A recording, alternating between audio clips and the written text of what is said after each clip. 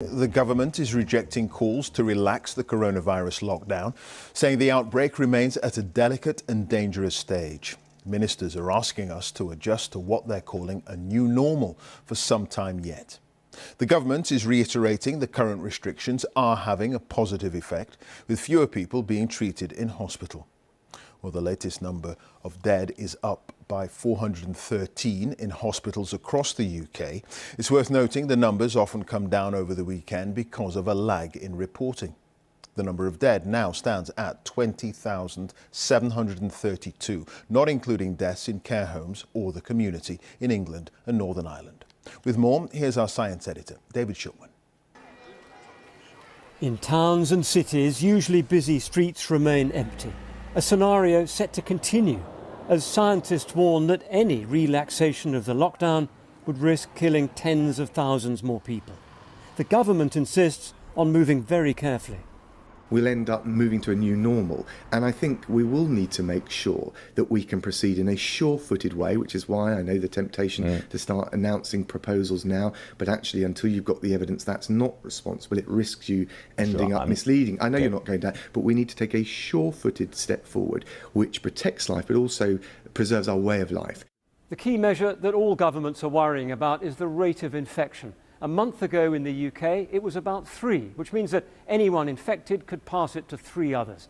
Since then, it's come right down to something like 0.7, crucially below the line of 1. Anything above that, and the virus takes off again. So what about the effect of easing some of the restrictions? Well, allowing public gatherings again would probably take you above that key line. But reopening schools might be possible and still stay below it. But no one's entirely sure.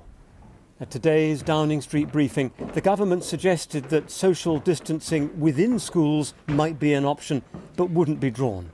Might it be that when you look at relaxing different measures, reopening schools might be one of the first things you consider? Of course, school closures is one of those measures.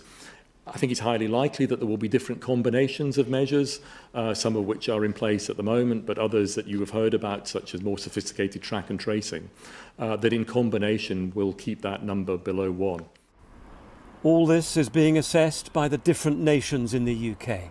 They may come out of lockdown in their own ways, but all face the same challenge.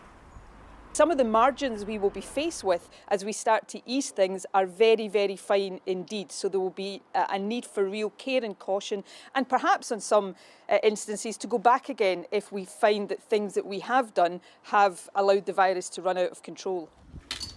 Everyone is struggling to find an answer. In Germany, small shops are reopening. But at the same time, the German Foreign Minister has warned everyone not to expect a normal holiday on a packed beach this summer. And Sweden, which has allowed cafes to stay open, is now seeing the numbers of deaths rising. But it doesn't want to risk a public backlash. And some British scientists share that concern as the UK's lockdown drags on. I think this is going to be a lot harder for people. In terms of the finances, I think quite a lot of people had some savings and were able to borrow from friends and family. Again, the evidence shows that as time goes on, that becomes more difficult.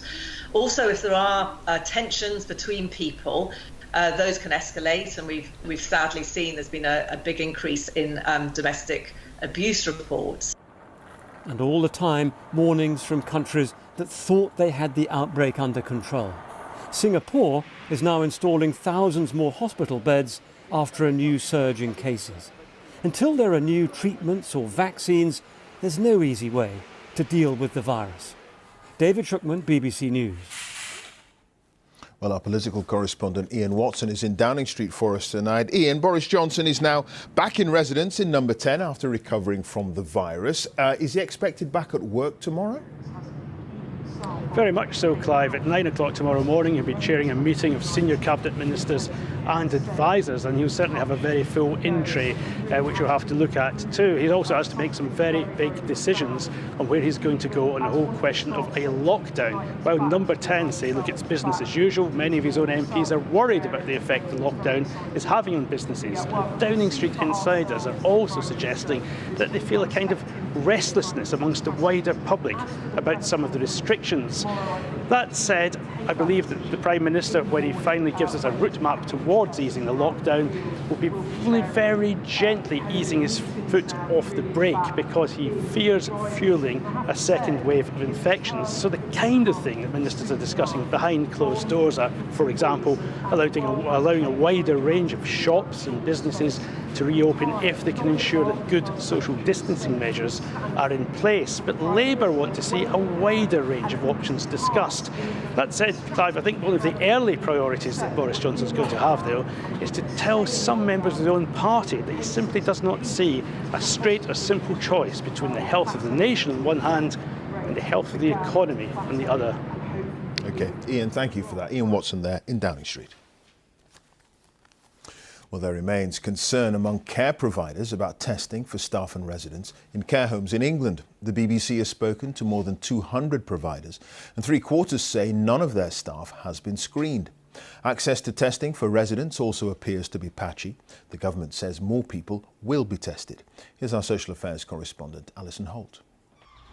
At Harbour House Residential Home in Dorset, they're keeping one of their residents who's returned from hospital isolated. They've been in lockdown for weeks now and need to be sure that no one brings COVID-19 into the home. What is it that you're doing now, Lana? I'm going to see Brian, who is self-isolated for 14 days. So we put the personal protective equipment. They've been told they need at least 2 suspected cases before they get testing of residents. Hello, Brian, can I come in, please? And for staff, the nearest drive-through testing centre is a 3-hour round trip away. These are fluid-resistant surgical masks. This and continuing worries over getting enough protective equipment leaves the home manager at the end of her tether. It's not good enough. It's really not good enough. The voices of everybody working in care, the NHS, the care industry, we need to be heard and we need to be saved.